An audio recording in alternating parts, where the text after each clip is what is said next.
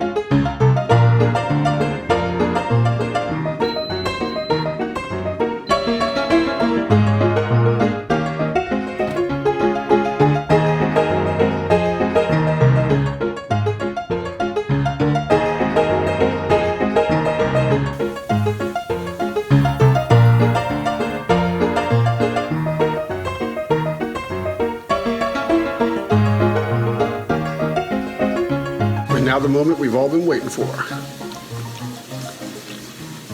Mmm. Mmm.